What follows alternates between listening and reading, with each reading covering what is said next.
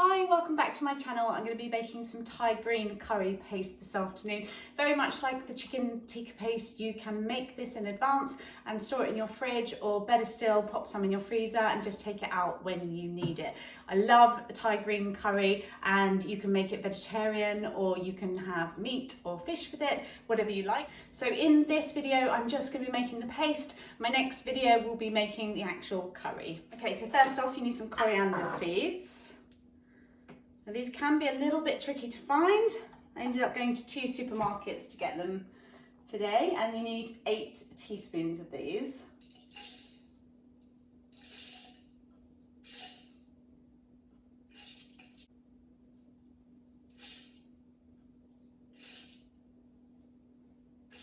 Lovely, I'm just going to put 7 in because there was quite a few rolling over the side there. Okay, and then next up we're going to add some cumin seeds. So you just want 4 teaspoons of these. Again, these are whole cumin seeds. And it's better to get them whole because you're just going to get more of the flavour out of them. When they've already been pre-ground, a lot of the nutrients and flavour is going to start to evaporate. So if you can get hold of the whole seeds, all the better. It's just going to really ensure a nice rich flavour for your paste. And what we're going to do first off is we're just going to actually just toast these seeds in the Thermomix. So we've got 5 minutes on the clock, 120 degrees, and they're just going to mix around at a speed of 1. Okay, those seeds are all nicely toasted now. So we're just going to grind them up, and we're going to grind them for 2 minutes on speed 10. Okay, so the seeds have all been ground down. It's amazing how well Thermomix grinds seeds completely to a powder. So I'm just going to scrape down the edges just to make sure that we've got all of that beautiful flavouring ready to go into this paste. And then there's a little bit on top of the lid as well, so I'm just going to make sure we get that too. Just scraping it back into the bowl.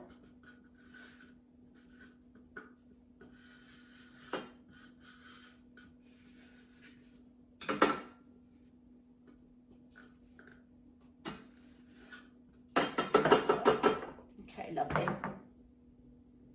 So we're going to add the rest of the ingredients now. So we've got some fresh green chilies. Now these are the chilies that I found in the supermarket. You may have different ones where you are.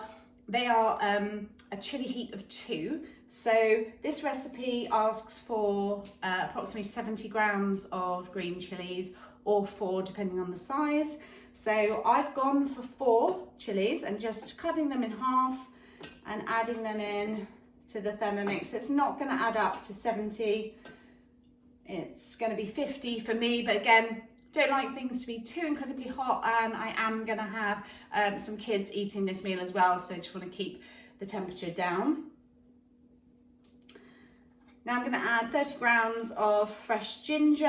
Now, in case you don't know, the easiest way to peel a ginger is just with a spoon, with a teaspoon. You just scrape it across the skin and it comes off really easily. And then just literally just cut them into rounds about 2 millimeters thick. So I've got 30 grams of fresh ginger going in there. And then 8 cloves of garlic. Again, depending on the size of your garlic, some of mine were quite small, so I've probably got about 12 pieces of garlic here. And then 60 grams of fresh lime juice, fresh if you can get it, if not, bottled will do.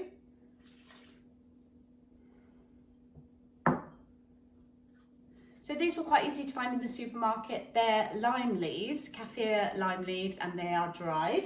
So I'm just putting 2 lime leaves in. And then the recipe calls for some fresh lemongrass. I couldn't find lemongrass anywhere, but I did manage to find this lemongrass paste. And it says that the equivalent teaspoon is to also a teaspoon of lemongrass real time. So I'm figuring that 1 piece of lemongrass about that big will probably fill about 2 teaspoons worth. So I'm going to put 4 teaspoons of this lemongrass paste in.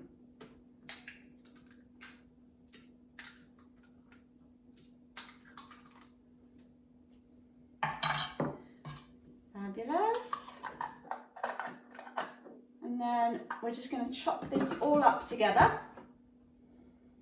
So for 1 minute, we're just going to chop this on speed 10.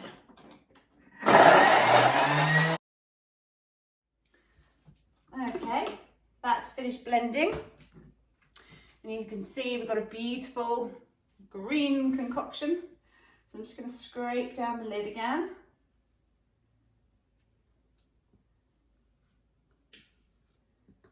At speed 10, generally things will obviously be thrown up onto the lid.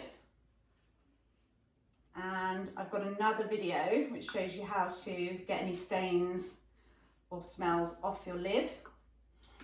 And some people choose to have a sweet and savoury lid with their Thermomix, so that's something you can consider if you're thinking about buying one or if you've already got one. I personally don't have either. My system of putting it out into the sun, as per my video, gets me the perfect results every time, so I don't need a second lid. Okay, so now we're just going to add some vegetable oil. I've got groundnut oil here, but feel free to use whichever oils you prefer. I'm just going to add 60 grams of oil. Remember, when you're adding liquid to the Thermomix, just go a little bit slowly so it's got time to catch up. Okay.